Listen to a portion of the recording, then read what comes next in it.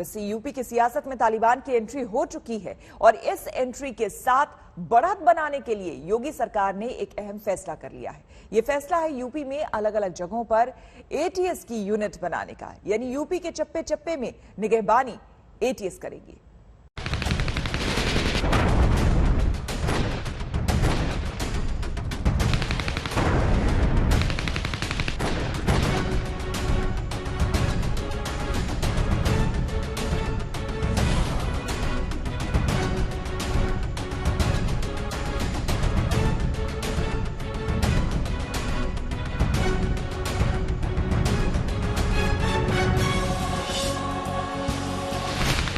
अफगानिस्तान में तालिबानी दहशत का माहौल बना तो यूपी की सियासत में तालिबानी एंट्री शुरू हो गई।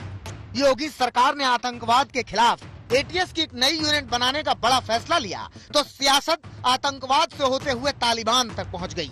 सबसे पहले आपको बताते हैं योगी सरकार का वो फैसला जो आने वाले वक्त में सूबे के सियासी माहौल को और गर्म करेगा। योगी सरकार ने यूपी के कई इलाकों में एटीएस की नई यूनिट बनाने का फैसला किया है। इसकी शुरुआत देवबंद से होगी। देवबंद के अलावा मेरठ, जेवर, बहराइच और श्रावस्ती में नई यूनिट खुलेगी। यूनिट खोलने के लिए जमीन का अधिग्रहण कर लिया गया है। एटीएस की यूनिट के लिए देवबंद में 2000 वर्ग मीटर का इलाका तैयार है। देवबंद के बाद जेवर एयरपोर्ट के सामने एटीएस के दूसरे बड़े ट्रेनिंग सेंटर के लिए करीब 3.5 एकड़ की जमीन भी तैयार की गई है। पूरा खाका जरूरत और जमीन के हिसाब से तैयार किया जा रहा है। जहां पर ज्यादा जमीन मिलेगी वहां कमांडो ट्रेनिंग सेंटर भी खोले जाएंगे। वहीं कई इलाकों में स्पॉट यूनिट और नॉर्मल यूनिट को तैयार किया जाएगा। एटीएस के द्वारा विभिन्न जगहों पे भूमि का चयन करके भूमि अधिग्रहित भी की गई है, जिसमें कि मेरठ, इंडो नेपाल बॉर्डर पर बहराइच, श्रावस्ती तथा आने वाले नए जेवर एयरपोर्ट, देवबंद तथा अन्य महत्वपूर्ण जगहों पे जो कि ऑपरेशनल दृष्टिकोण से आवश्यक तथा संवेदनशील है, यहाँ पर एटीएस की नई यूनिट खोली जा रही है। देवबंद के कमांडो सेंटर से देवबंद, सहारनपुर, मेरठ तक का एरिया कवर हो सकेगा। मेरठ में भी एटीएस की स्वास्थ्य टीम पहले से तैनात है। इसके अलावा एटीएस की एक टीम नोएडा में हर वक्त रहती है, लेकिन नोएडा के जेवर और देवबंद में एटीएस के 2 कमांडो सेंटर बनने से पश्चिमी यूपी का पूरा एरिया कवर हो जाएगा, जिससे संदिग्ध आतंकियों पर नजर रखने और उनके छानबीन में एटीएस को आसानी होगी। आदरणीय योगी सरकार जो है उत्तर प्रदेश में आदरणीय योगी जी के नेतृत्व की सरकार आज एटीएस का गठन कर रही है।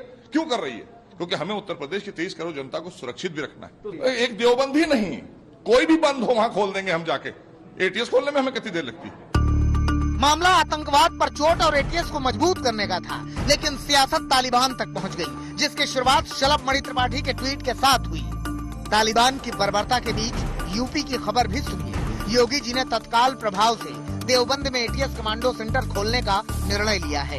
युद्ध स्तर पर काम भी शुरू हो गया है। प्रदेश भर से चुने हुए करीब 1.5 दर्जन तेज तर्रार एटीएस अफसरों की यहाँ तैनाती होगी।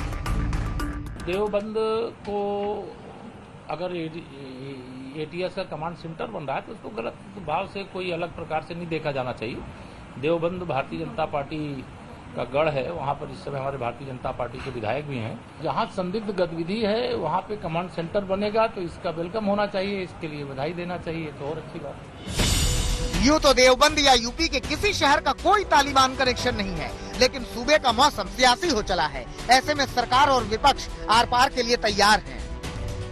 इसमें कहाँ से सांप्रदायिकता हो गई भैया? वो कोई सांप्रदायिक सेंटर बन रहा है क्या?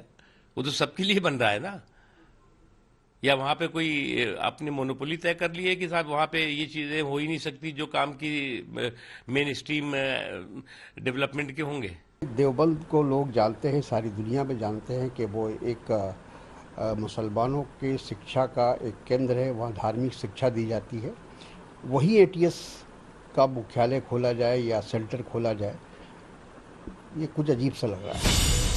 योगी सरकार के इस फैसले को विरोधी सीधे यूपी चुनाव से जोड़ रहे हैं, जिन्हें लगता है कि सरकार माहौल बनाने की कोशिश कर रही है।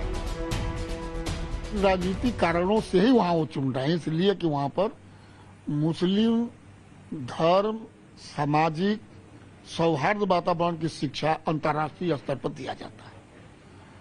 तो इसलिए वहां पर कर रहे हैं कि एक दहशत का माहौल पैदा किया जाए। नहीं तो लखनऊ हेडक्वार्टर है, यहाँ उसको सेंटर बनाना चाहिए। ये बहुत खेद की बात है। और मैं आपको बता रही हूँ, चुनाव के पहले इस प्रकार की और भी घोषणाएं और नीतियां और ये घटनाएं होने वाली है, इसलिए जनता को बहुत सचेत रहने की जरूरत है। बहरहाल सरकार ने सियासत के बीच तेजी से एटीएस सेंटर पर काम करना शुरू कर दिया है, जिसके लिए यूपी के संवेदनशील इलाकों को चुना गया है, जहां से संदिग्ध गतिविधियों की खबरें आती रहती हैं। लखनऊ से कुमार अभिषेक के साथ आज तक ब्यूरो।